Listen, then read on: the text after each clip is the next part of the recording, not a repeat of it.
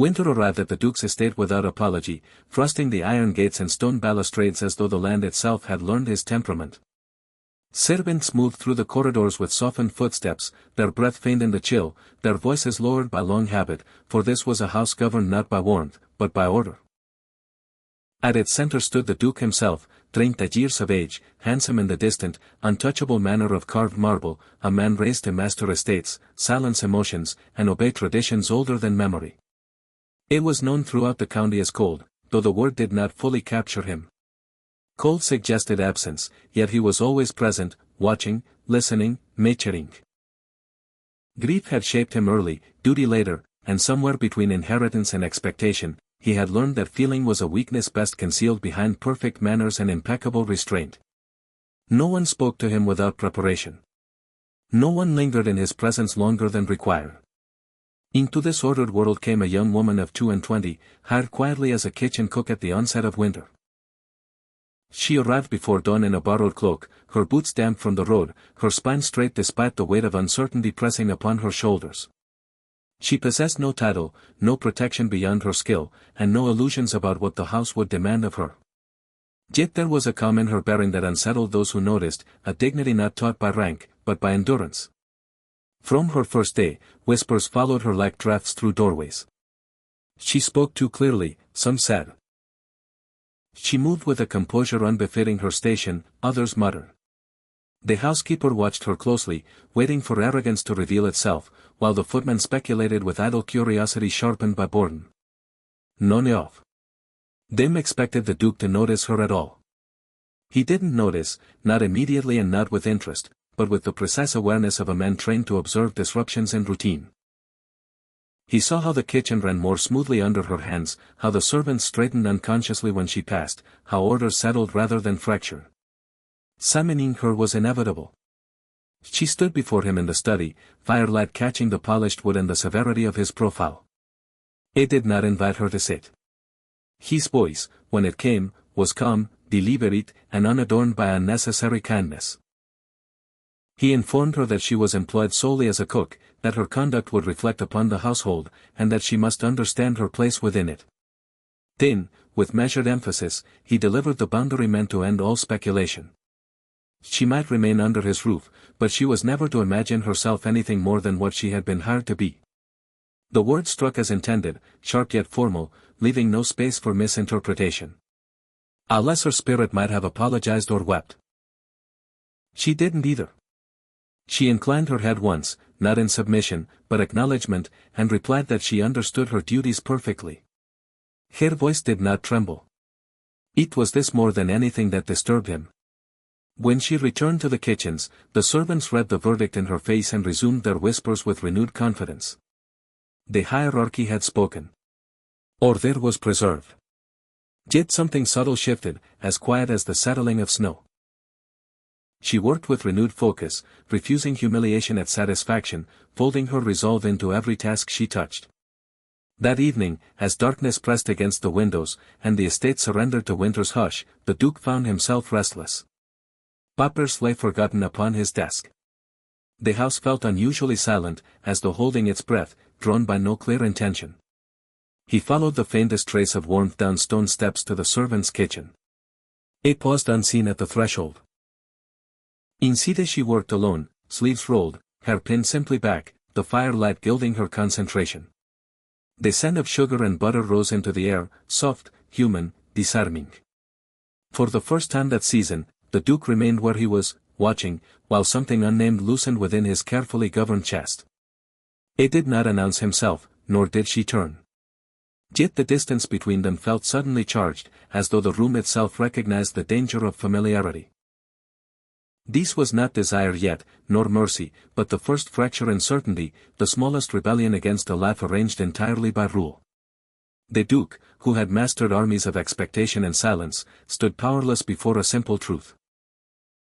Warmth had found him without permission, and in the quiet kitchen, with flour dusting the table, and winter pressing hard beyond the walls, the boundary he had spoken so confidently that morning no longer felt immutable, but fragile, waiting, already beginning to give. It was a dangerous stillness, heavy with consequence. And though neither spoke, both sensed that something irreversible had begun. Outside, the wind tightened its grip on the estate, rattling windows like warnings. Inside, a duke remained in a servant's doorway, and a cook continued her work, unaware that the world she had been ordered never to imagine was, even now, quietly leaning toward her. But down, nothing visible would change. Yet the first rule of his life had already failed, and neither of them would ever return untouched to the certainty that had once kept them safely apart from one another again. In the days that followed, the Duke did not return to the kitchen. Yet the warmth he had discovered there refused to leave him. It followed him through galleries and stairwells, clank, snores, to the cuffs of his gloves, lingered in the quiet spaces where memory sharpened into what he told himself it was nothing more than a novelty, a momentary disturbance caused by winter and fatigue, and resumed his duties with renewed exactness. The young cook noticed his absence, though she pretended otherwise. She had learned early that survival in great houses depended upon invisibility. Still, each evening she prepared a small batch of plain biscuits, crisp at the edges and soft within, setting them aside without instruction. They were never named, never offered. They simply appeared, cooling on a side table like a question left unanswered. On the fourth night, he returned, not abruptly, not announced, but as if he had always meant to be there. He stood nearer this time, allowing the fire to warm his hands, his presence altering the air without a word. She acknowledged him with a nod, no more, and continued her work. The silence between them grew companionable, shaped by the scrape of a spoon and the steady breath of flames. When she asked lightly if the dough was too pale, he answered without thinking, stepping closer to see. It was an ordinary movement, yet the distance it crossed was immense. He found flour dusting his sleeve, her hand hovering an inch from his, and withdrew as though burned. She apologized at once, reflexive, though she had done nothing wrong. His reply came too quickly, too sharply. There was no offense, he said, only boundaries, and she inclined her head again, retreating behind her work with practiced grace. Word of his visits did not remain contained. Servants noticed the extra sugar missing from stores, the spices ordered without explanation, the way the Duke's schedule bent subtly toward evening. Whispers threaded the halls, careful but persistent. Some spoke with amusement, others with concern. A coach's place was known after all, and stories had a way of punishing those who forgot it. The Duke was not blind to the murmurs. He felt them like a draft beneath a door, cold and insinuating. In response, he brought her a tin of preserved lemons, sitting on the kitchen table without comment. The gesture was deliberate, measured, and unmistakable. She accepted it with a quiet thank you, her eyes lifting to his for the briefest instant. And in that look, he saw neither gratitude nor ambition, but understanding. She used the lemons sparingly, infusing them in a dough on nights when snow pressed hard against the windows. The biscuits that resulted were brighter, sharper like winter cut with light. He tasted them alone late, the flavor unsettling him more than praise ever could. He found himself listening for her footsteps, noting the cadence of her voice, memorizing the curve of her concentration. The house, once merely inherited, began to feel inhabited, and that realization unsettled him more than gossip ever had. Restraint grew harder, not because of temptation, but because the quiet joy unsettled the life he had so carefully sealed. Then came a guest. A cousin arrived with laughter too loud for the season, bringing with him the careless scrutiny of one who belonged without effort. At dinner, he remarked upon the unusual quality of the dessert, his eyes flicking knowingly toward the servant's door. Later, in the corridor, he observed flour upon the Duke's cuff, and smiled as though at a private joke. The Duke's response was swift and cold, yet the damage was done. The household felt the shift. The housekeeper warned the cook in clipped tones. The man watched more openly. Sham, once distant, pressed nearer. That night, the Duke entered the kitchen to find her standing very still, her hands folded, her posture composed to the point of pain. She did not accuse. She merely asked whether her presence had become inconvenient. The question struck deeper than reproach. For a moment, he considered honesty, the dangerous kind that rearranged lives. But habit prevailed. He told her with all the authority he possessed, that nothing had changed, that she was safe in her position, that the household valued order above speculation, and that she must not trouble herself with rumors born of idle minds. She listened, thanked him, and returned to her work with a quiet finality that left him strangely bereft. The fire crackled between them, louder than before, and he sensed that something unspoken had been placed beyond easy reach, waiting to test whether he would claim it or retreat. When he departed, the biscuits remained untouched on the table. In the corridor beyond, whispers swelled, no longer content with secrecy. The Duke paused, aware that by standing still, he had already chosen motion. Behind him in the kitchen, warmth waited, patient and dangerous.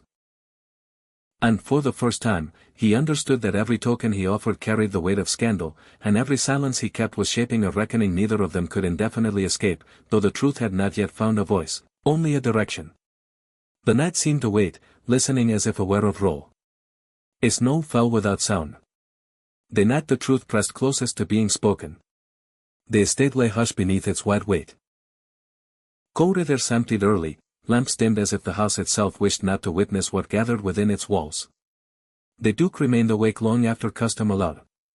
Seated in his study with no intention of reading, his thoughts circling a single room below him where warmth waited, dangerous and unguarded, he descended without calling for a lamp. The kitchen greeted him with the low breath of embers and the faint scent of sugar. She stood at the table, sleeves rolled, hands dusted with flour, the familiar, quiet competence framing her like a shield. She did not startle when she saw him.